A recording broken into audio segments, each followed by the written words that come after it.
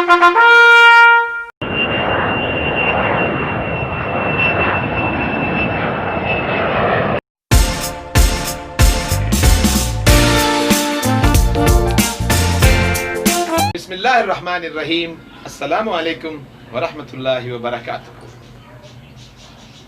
दोस्तों, आपका अपना मेज़बान आपके अपने प्रोग्राम में वारिस एविएशन ट्रेनिंग एकेडमी में आपको खुशामदीद कहता है। और जैसे कि आपको पता है, हमारे इस प्रोग्राम में अल्हम्दुलिल्लाह जो तब्दीली हम लेके आए हुए हैं, छोटी सी बात करते हैं जिससे कुछ हम लर्न करते हैं, कुछ सीखते हैं। तो आज की छोटी सी बात हज़रत अली करमल्लाह वजहू का कौल है। आपने फरमाया कि जिस पे तुम एहसान करो उसकी शर से बचो। देखने में ये बड़ी अजीब सी बात लगती है। तो आपका मेरा दुनिया में बेशुमार दफ़ा ऐसा वास्ता पड़ा कि जिन लोगों पे आपने एहसान किया उन्होंने उल्टा आपको डसा। ये हुआ, लेकिन इस बात का हरगिज़ मतलब नहीं है। देखिए, हज़रत अली करमल्लाह वजहू ने क्या फरमाया कि एहसान करके भूल जाओ, उसके पास ना हो जिसके साथ तुमने एहसान किया है। सुभान अल्लाह। उसमें एक बड़ी मजे की एक कहावत मुझे याद आई, एक कहानी मुझे याद आ गई। जल्दी से करता हूं क्योंकि प्रोड्यूसर साहब ने मुझे सिर्फ 15 मिनट दिए हुए हैं।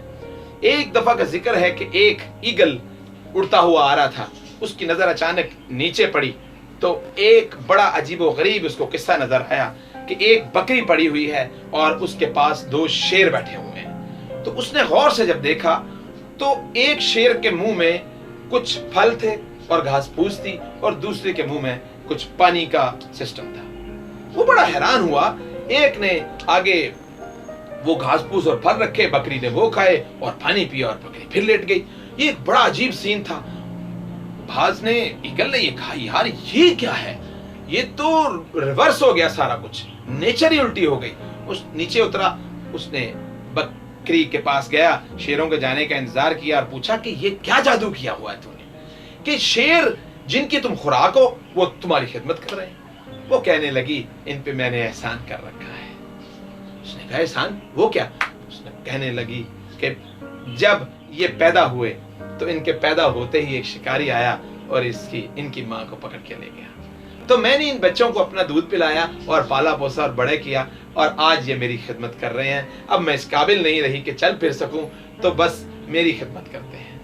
तो एहसान करना चाहिए। जब ईगल ने ये बात सुनी, उड़ा और बड़ा हैरान हुआ। उसने कहा, यार कमाल हो गया, ये तो बड़ी अच्छी नसीहत है। चलते चलते उसको एक दरिया में एक चूहा डूबता हुआ नजर आया। उसने जब देखा और बकरी की बात याद आ गई, जल्दी से उसको पकड़ा और पकड़ के उसको किनारे पे ले आया। जब किनारे पे ले आया तो वो तो मरने लगा क्योंकि ठंड थी और बड़ा सर्दी में वो मर रहा था। इसने जल्दी से अपने परों में लिया, गर्मी दी उसको और 5-1 मिनट के बाद उसको अपने अंदर हरकत महसूस हुई। उसको पता लगा कि चूहा जो है अब वो जान में जान आ गई। उसने पर ऊपर किया, चूहा भाग गया। अब इसने जैसे ही उड़ान भरी तो बड़ी मुश्किल से 5-6 फुट उड़ा और वो गिर गया। फिर भरी, फिर गिर गया। 3 दफा जब ऐसे हुआ तो उसने जब देखा तो उसके पर कटे हुए थे। तो चूहे ने उसके पर काट लिए थे। उसको बड़ा गुस्सा आया। उसने कहा, यार बकरी भी नहीं थे, मरवा दिया। वो बड़ी मुश्किल से चलता हुआ बकरी के पास पहुंचा। उसने कहा, बीबी मरवा दिया तूने। उसने सारी कहानी सुनाई। तो बकरी ने कहा, ओ पगले, एहसान करते हुए तो देख लेते, वो तो शेर थे, तो नस्ली थे, तुमने चूहे पे एहसान किया है। तो क्या बात है। आप भी जरूर जब एहसान करें तो हजरत अली करमल्लाह वजहू की वो नसीहत याद रखें कि उसकी शर से बच जाएं, क्योंकि पता नहीं वो शेर है या चूहा। अपना ख्याल रखिएगा। चलिए जी, हम अब वापस ट्रेनिंग की तरफ आते हैं। अंग्रेजी का सेक्शन चल रहा था, उसके बाद फौरन हमने अपना दूसरा सेक्शन आपके लिए चला दिया।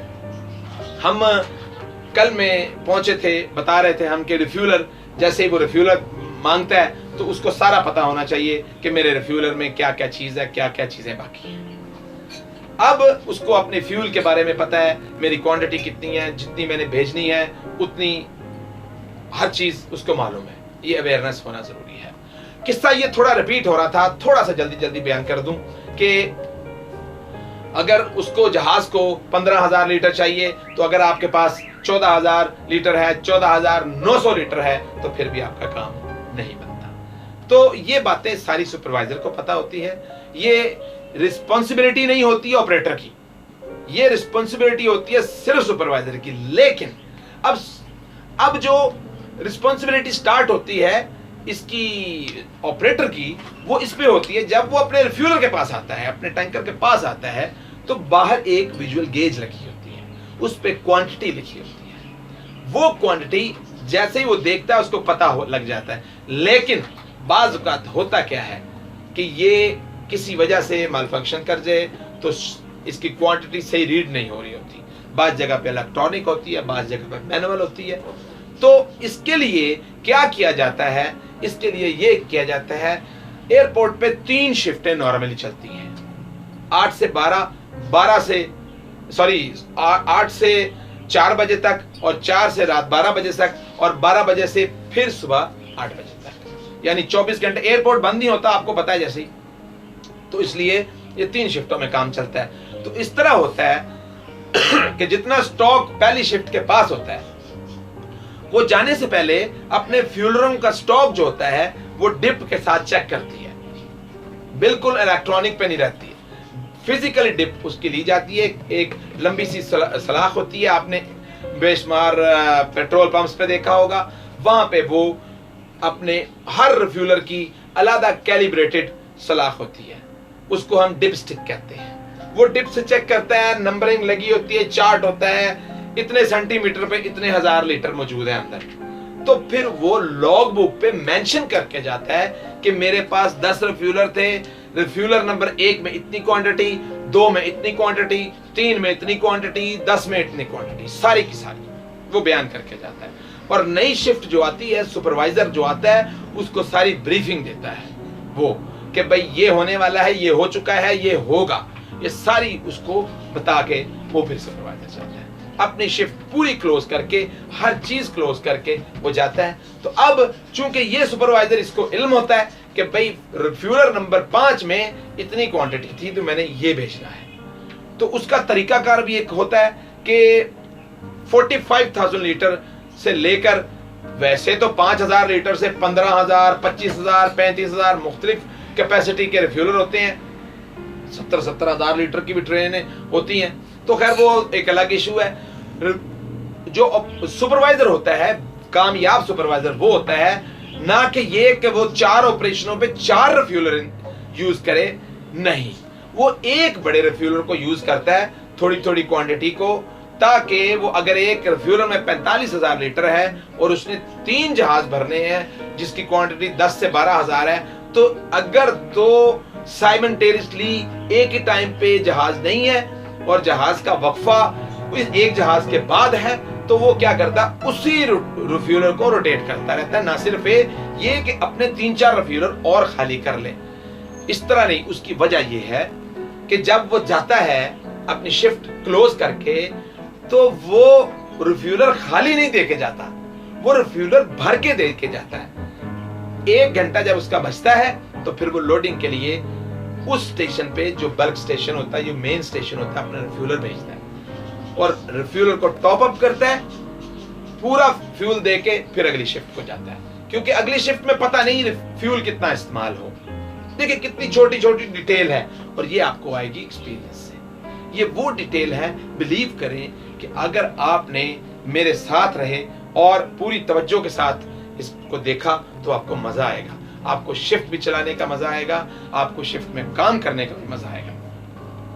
अब ये सारी क्वांटिटी उसने दे दी, अब वो एक ही रिफ्यूलर को अल्टरनेटली चलाता है, और जैसे ही उसको पता चल जाता है कि अब मेरे पास इसमें 7,000 लीटर रह गया, ठीक है, और फिर वो दूसरा रिफ्यूलर यूज करता है। अब एक ऐसा जहाज आता है जिसको 5 चाहिए, तो वो जिसमें, क्योंकि उसको पता होता है कि इसमें 7 है, जिसमें 5 चाहिए, जिसकी रिक्वायरमेंट 7 है, फिर दोबारा वो उसी रिफ्यूलर को यूज करता है। क्यों? ये क्यों किया जाता है? इसलिए कि टाइम की बचत की जाए।